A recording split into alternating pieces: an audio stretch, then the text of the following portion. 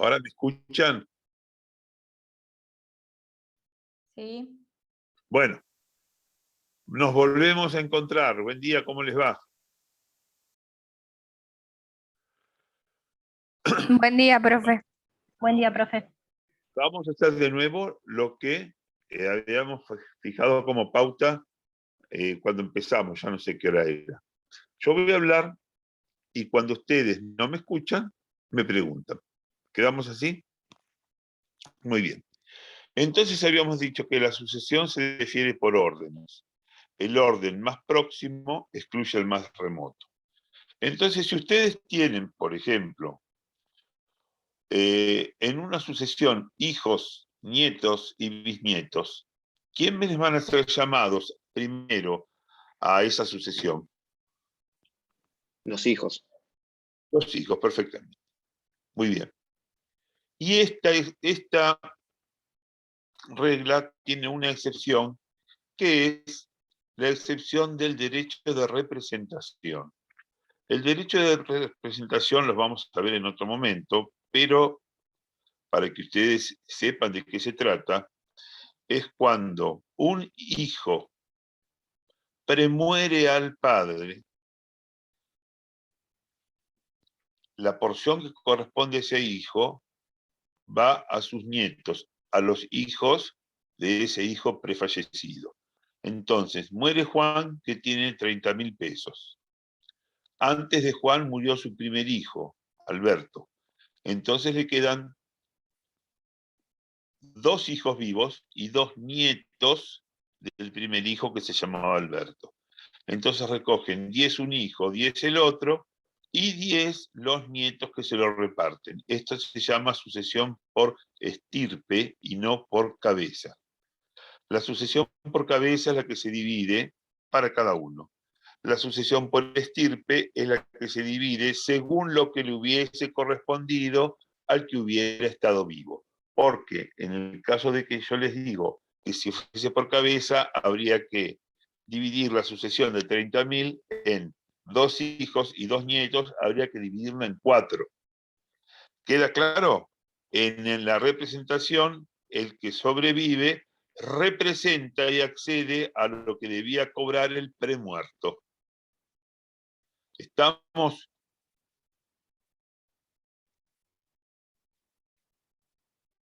¿Estamos? Sí, sí. Sí. Bien. Tienen que tener en cuenta que el derecho de representación es únicamente en orden descendiente y en orden colateral, no en orden ascendiente. Entonces, para que a ustedes les quede claro el orden colateral,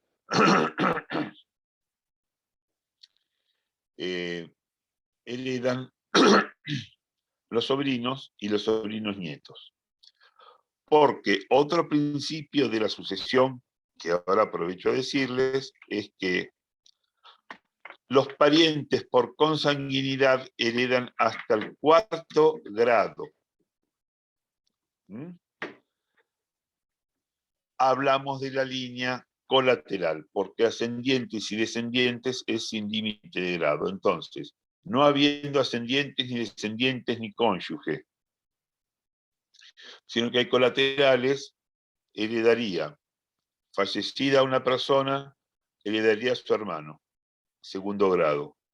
Su nieto, su sobrino nieto, perdón, su hermano, 1er grado. Su sobrino, 2º grado, y hasta su sobrino nieto, 4º grado. Por eso es que el derecho de representación en línea colateral se extingue o dura hasta el sobrino nieto. Y heredan hasta primos hermanos. ¿Fui claro con eso o alguna pregunta tienen? No fui demasiado rápido. Bien. Aparte de los herederos por consanguinidad, tenemos a una figura que es la figura del cónyuge. El cónyuge hereda al causante solamente en cuanto a los bienes propios, si los hubiere. Y el resto de los bienes, pregunto yo, los bienes gananciales, ¿qué les parece a ustedes? A ver. Le corresponde el 50% y el otro 50% lo heredan los hijos. Claro, le corresponde el 50% como integrante de la comunidad de bienes. Porque la comunidad de bienes, ustedes ya lo han visto, los que cursaban familia, es una rara avis que se convierte en condominio, se enerva el condominio, cuando la comunidad de bienes concluye, por divorcio, por nulidad, por fallecimiento. Entonces, ¿la comunidad de bienes es un condominio? No. ¿Se convierte en condominio? Sí. ¿Cuándo? Cuando se termina. Esto ustedes lo saben de familia. Y el último principio general es que en las sucesiones no se atiende al origen de los bienes. Es decir, ustedes, fallece un causante, tiene una casa que la adquirió por prescripción vicenal, la usucapió, otra casa que se la compró con el sueldo, otra que se la ganó en la lotería, otra que se la ganó, que le heredó, otra que la adquirió por abulsión. Y acuérdense las formas de adquisición de los derechos en Roma. Otra que es el dominio original, el dominus originario porque se la encontró perdida. Esos bienes los van a heredar todos los herederos o los van a heredar algunos de los herederos conforme el origen del bien y el título. Como es bien propio, lo va a heredar Juan. Como es un bien integrante de la sociedad conyugal, bien ganancial, lo va a integrar José, y José no va a integrar los que recibió donación. ¿Es así o es la primera solución que yo les di?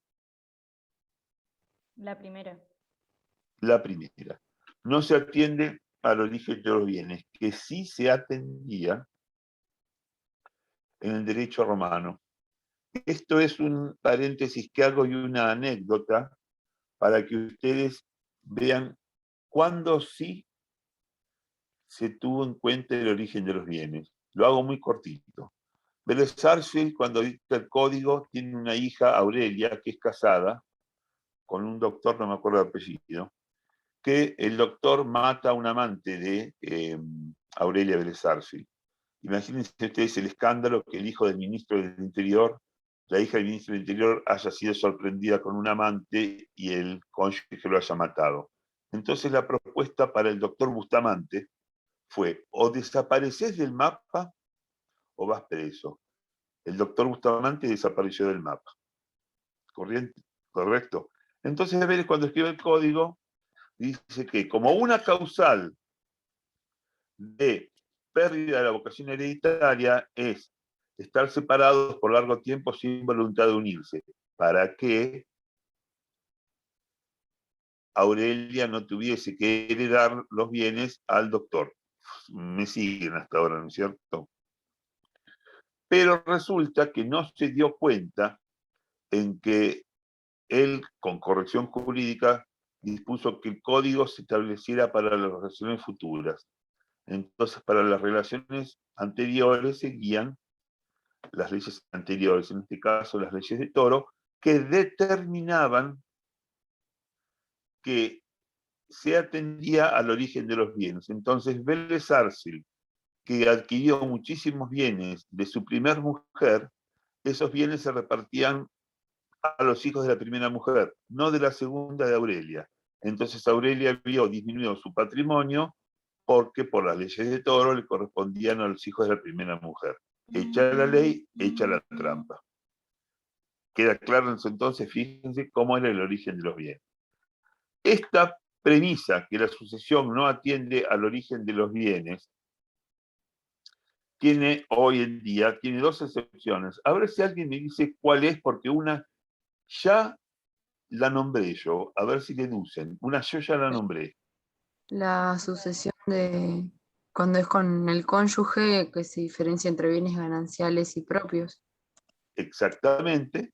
exactamente, y la sucesión derivada de la adopción simple. ¿Ustedes qué estudiaron en la adopción simple como principio rector? Que seguía manteniendo los lazos con la familia de origen. Muy bien. Y cuando estudiaron la adopción simple, muy bien, ¿eh? Cuando estudiaron la adopción simple en relación a los bienes de la sucesión, ¿cuál es la regla? Los donados por su familia de origen no los hereda la familia adoptiva, Y viceversa, tampoco. claro, o sea, los recibidos de la familia de origen, los recibidos de la familia de sangre no son heredados por la familia de adopción, ni los de adopción por los de sangre. En todos los otros casos, la familia de adopción excluye a la de sangre. Entonces acá están las dos excepciones a la regla que yo les di. En la sucesión no se atiende el origen de los bienes. ¿Estoy claro hasta ahora o tienen alguna pregunta para hacer? Profe, Sí, yo quería hacerle una pregunta, no sé si lo mencionó, respecto bien. del conviviente, Sí. ¿cómo concurre la sucesión? O sea, qué le corresponde o qué no le corresponde? Brillante pregunta porque iba a comentarlo y me olvidé. Te lo voy a responder con una sola palabra. ¿Cuánto le corresponde? Nada. O sea que no, ni siquiera como un heredero más, digamos, nada. Como nada. Como nada. Entonces, yo sigo sosteniendo que lo que se hizo con los derechos del conviviente es un poco gatopardismo. Cambiar todo para que no cambie nada. Porque, repito, ahora yo pregunto y ustedes me contestan a mí. ¿Qué derecho tiene el conviviente con convivencia acreditada, aunque esté inscrita en el registro civil, patatín, patatán, en la sucesión del causante? Profe, ¿puede ser eso de la casa? Claro, a pedir la permanencia en el hogar, digamos. A ver, vamos por partes. Y quiero que les quede clarísima, clarísima, porque esto es objeto a veces de confusión. La primera pregunta es, en la sucesión de un causante, ¿el conviviente es heredero? Si lo es, ¿qué porción le corresponde? ¿Qué me contestan? Que no es heredero y no le corresponde nada. Nada, nada. Si una persona tuvo una convivencia de 70 años, ininterrumpidos, muere sin dejar descendientes, y aparece un sobrino nieto que vive en las islas, en la isla de Nueva Zembla, al norte de Rusia, ¿desplaza al conviviente? Sí, Sí, Sí, sí, lo desplaza. El único derecho que tiene el conviviente es a ocupar el bien inmueble, que no es hogar conyugal, sino que era el hogar de convivencia, porque hogar conyugal y hogar de convivencia tienen dos proyecciones jurídicas distintas, por un año. ¿Queda claro? Punto aparte, ustedes quizás se confunden con las relaciones de familia. Cuando una convivencia se interrumpe, y ahora no estoy hablando de sucesiones, ¿sí? Lo que pasa es que tengo que decir esto para que ustedes no se confundan. Cuando se interrumpe una convivencia y hay hijos menores, se puede otorgar el hogar, que ya no era un conyugal, a quien detenta la tenencia o el cuidado personal de los hijos menores. O del conviviente que demuestre estar en inferioridad de condiciones por un año, prorrogable a 2 años. ¿Quedó claro? Entonces, no mezclen vocación hereditaria con derecho de habitación del inmueble. ¿Fui claro en esto que dije? Sí, profe. O Bien. sea, última pregunta.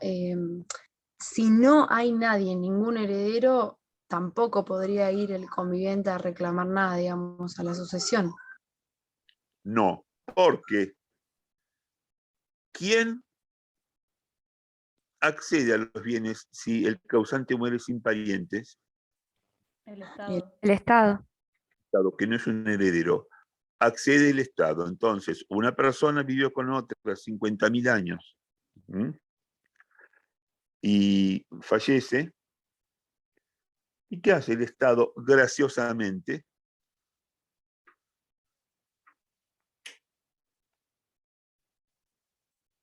¿Qué hace el Estado Le da una graciosamente? pensión. Le da una pensión. En Perdón, todo caso, la viuda. disculpame. Perdón. Empieza con P. Una patada en el traste le da. Ah, ¿Fui claro? Señora, señor, tiene 2 días para agarrar las valijas. Sí, y ahora estamos en otra rama de derecho. Sí, el fallecido, el causante, trabajaba o era jubilado, va a actuar el derecho previsional y sí le corresponde una pensión. Pero en derecho sucesorio, el conviviente no es nadie. A ver, ustedes pueden estar de acuerdo o no. Yo les digo lo que dice la ley, ¿correcto? Ahora ¿Puedo hacer una pregunto, pregunta? las que necesiten, chicos. En el caso que, por ejemplo, sea solamente, la vivienda familiar sea solamente una casa, y en esa casa también, en parte del capital aportado para comprarla, lo puso un conviviente, ahí sí tendría derecho para poder quedársela después de la muerte del causante, ¿no? No creo que se la pueda... No, quedársela no. Lo que pasa es que vamos a ir al, ya no derecho de familia, al derecho civil común, para él demostrar que tuvo participación en los ingresos, en la ampliación, en la construcción de la casa, y por derecho común, derecho civil, eventualmente el juez le va a dar una recompensa, le va a dar una indemnización. Pero el inmueble sigue teniendo las mismas características que tenía antes del fallecimiento. Será un bien propio o un bien ganancial. Ejemplo, un señor compró un terreno. Durante la convivencia se construyó un palacio. El señor fallece. El terreno ese, ¿de quién va a ser para siempre? De los herederos del señor. Y el conviviente puede, eventualmente, decir, mire, no, señor juez de familia, señor juez en lo civil y comercial, yo puse plata para que esto de ser un terreno sea un palacio. Exijo que me den lo que yo puse. Entonces se pone en movimiento el derecho civil y comercial. De esta charla que hemos tenido, que es interesantísima, y de la que me pueden hacer todas las preguntas que quieran, tiene que salir como conclusión una. En el derecho sucesorio, el conviviente no tiene derechos. Mi pregunta es, ¿por qué el legislador no le otorgó derechos sucesorios al conviviente?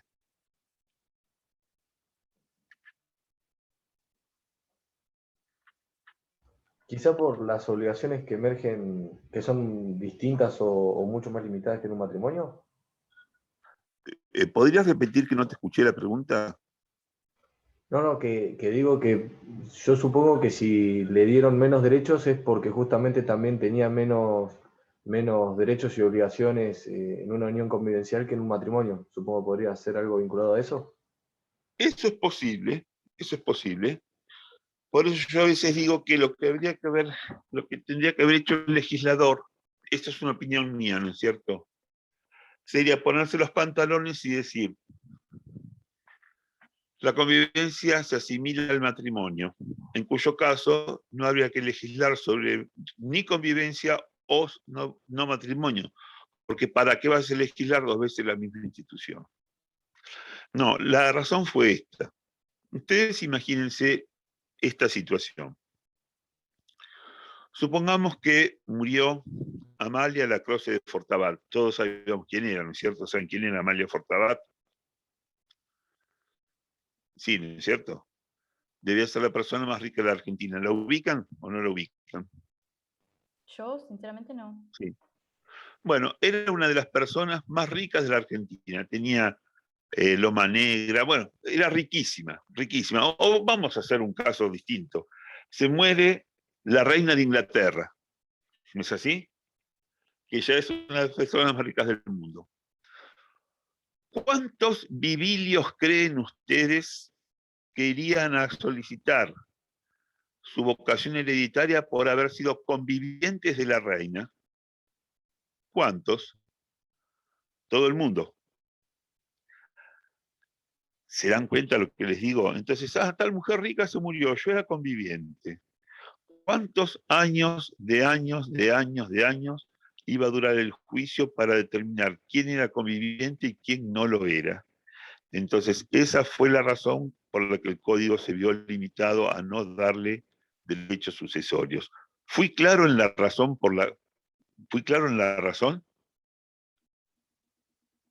¿Les quedó claro?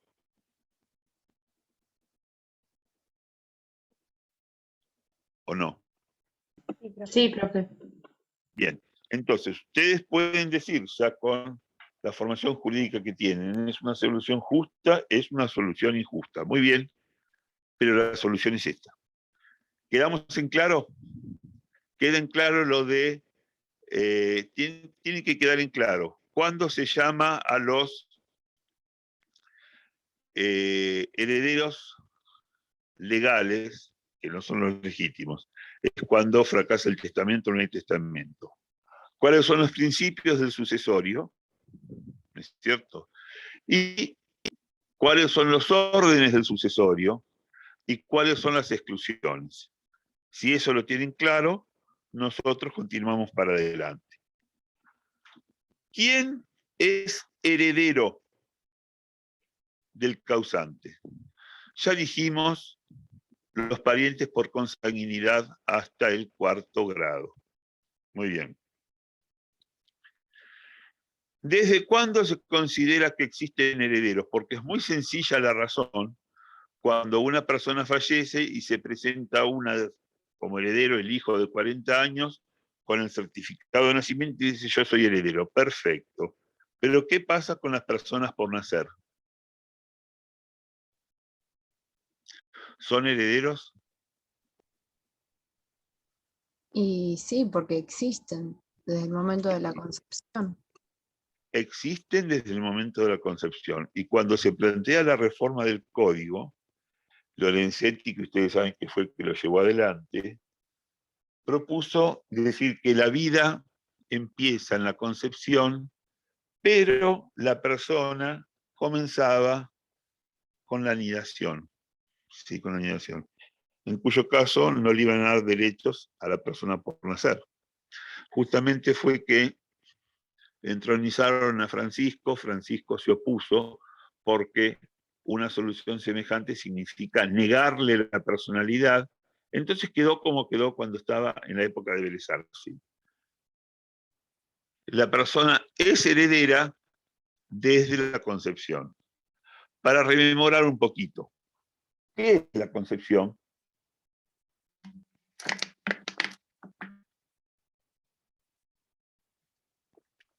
Ojo al piojo, porque tenemos que tener en cuenta qué es la concepción.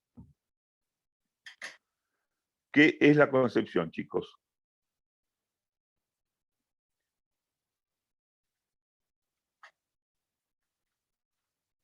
¿O cuándo se produce la concepción?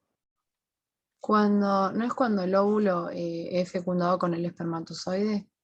En ese milisegundo se produce la concepción.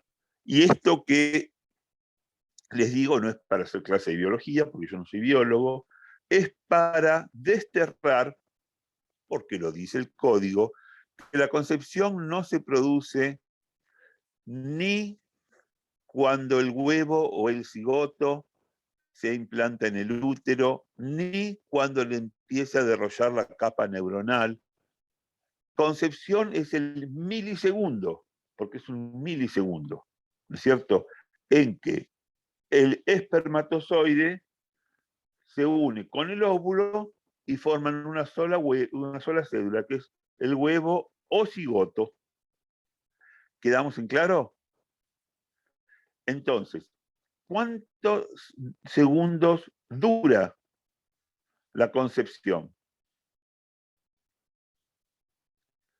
Nada, segundos de segundos. Muy bien. Esa persona que fue fecundada hace una milésima de segundo, ¿es heredera?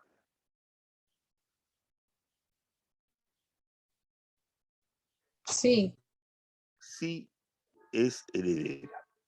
Ahora bien, la pregunta es esta. ¿Y hasta cuándo es heredera? Hasta que muere. ¿Nos queda también, profe, que va a depender si nace con vida? Bueno, O sea, ¿queda bueno, condicionado al nacimiento con vida? bueno.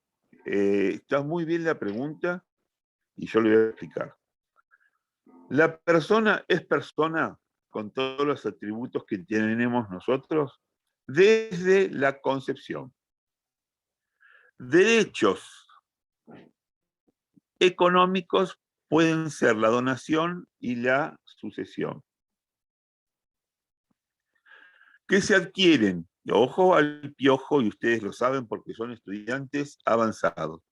Bajo condición resolutoria de que nazcan con vida.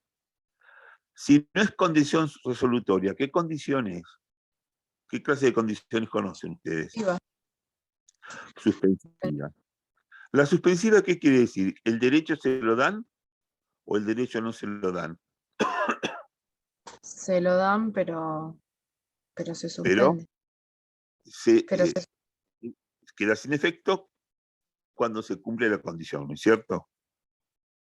Muy bien. Ahora yo estoy preguntando. La persona adquiere los derechos de la persona por nacer bajo condición resolutoria. ¿Los derechos los adquiere o no los adquiere? Los adquiere, pero están, o sea, supeditados a que nazca con vida. O sea, que entonces, si se cumple la condición, los pierde. Para el joven que me preguntó, los adquiere y si nace sin vida, si muere, se cumple la condición y los pierde. Ahora, supongamos que un señor muere y deja a su mujer embarazada. ¿La mujer puede disponer de los bienes? Solita, del 100%. No, no puede, porque hay otro heredero. ¿Se dan cuenta? ¿Se dan cuenta? Y entonces, ¿cómo se materializa eso? Si el hijo, cuando tiene edad, se da cuenta de lo que la madre hizo, le reclama la mitad de la herencia. Entonces, la respuesta a la pregunta que me hicieron ustedes, adquiere los derechos bajo condición resolutoria. Quiere decir que los derechos los adquiere y después los pierde si se cumple la condición. ¿Queda claro esto, chicos? ¿Alguna pregunta para hacer? ¿Quedó claro, profe? Muy bien, muy bien. Pregunto lo siguiente. Hay una señora embarazada, ¿verdad? ¿Cuándo se produjo la concepción? ¿Qué día se produjo? ¿En qué segundo se produjo la concepción? Eso no lo sabemos nosotros y ni siquiera hay instrumentos científicos que nos lo permitan inferir. ¿No es así? Porque ustedes saben que las ecografías y demás les dice las semanas, pero no les dice, fue concebido el 4 de septiembre a las 23:00:32 minutos, 22 segundos. Entonces, ustedes imagínense si es un embarazo reciente. Entonces, están luchando o están buscando la sucesión una mujer con su hijo de 20 años y la mujer está embarazada. Cuando se abra la sucesión, la mujer, ¿qué va a decir? ¿Que al momento de abrirse la sucesión estaba embarazada o no? Sí, que estaba embarazada para que le dé el hijo. Y el otro hijo o el otro cónyuge o quien sea, un beneficio en testamento, ¿qué va a decir? Que en el momento ese que se produjo la concepción, ¿la mujer estaba embarazada o no? ¿Qué le va a convenir?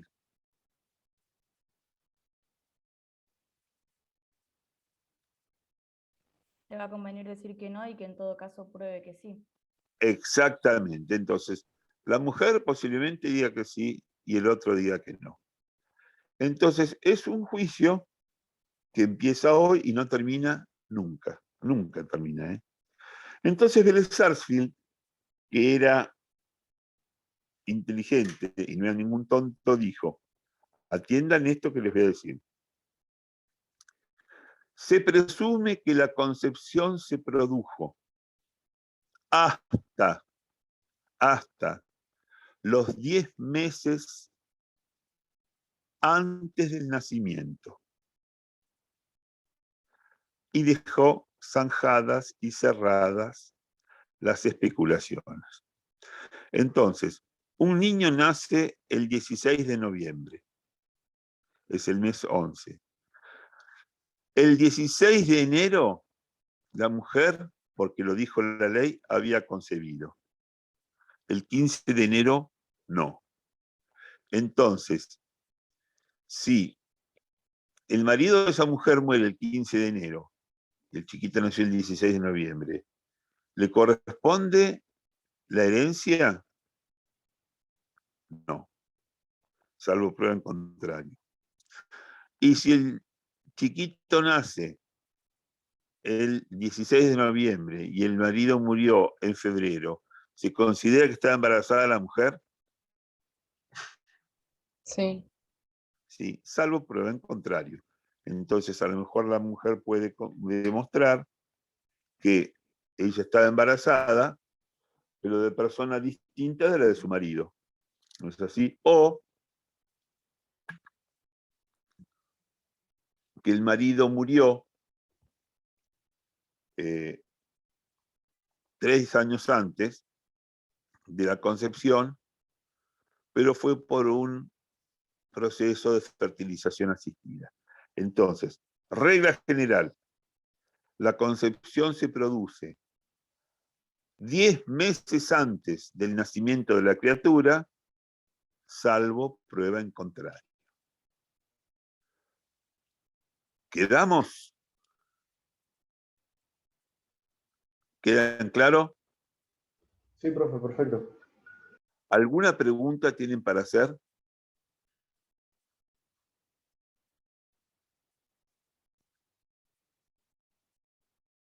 ¿No hay preguntas? Bueno, entonces chicos, nos vemos el martes que viene. Esperemos que todo sea informáticamente bien. Muchas gracias y que sigan muy bien. Hasta luego. Chao, profe. Gracias. Gracias. Profe.